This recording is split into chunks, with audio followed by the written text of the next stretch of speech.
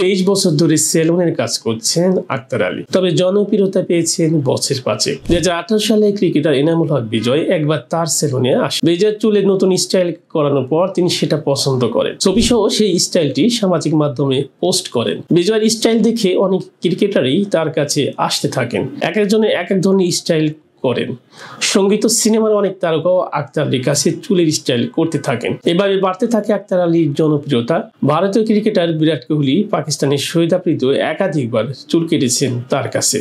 তরুণদের মধ্যে যেসব কাট পরে জনপ্রিয়তা পেয়েছেন শাকিব খানের এই নতুন চেহারার তার চুলে স্টাইল করেছেন আক্তার আলী। শুধু শাকিব খান নন, অভিনেতা আরফিন শুভ অপূর্ব আক্তার আলীর কাছে চুল কাটতে পছন্দ করেন। আক্তার আলী হেয়ার স্টুডিও তার সেলুনের নাম। সাধারণত খোলা থাকে সকাল 10টা থেকে রাত 8টা পর্যন্ত। তবে ঈদের সময় যত কাছে আসে আক্তার আলীর কর্মঘণ্টা তত বাড়তে থাকে। একটি সেলুনে ক্রেতার সংকুলন হয় না বলে পাশাপাশি দুটি দোকান চালু করেছেন। মোট 30 জন কর্মী সেখানে কাজ করেন, তার মধ্যে 15 জন হেয়ার স্টাইলিস্ট।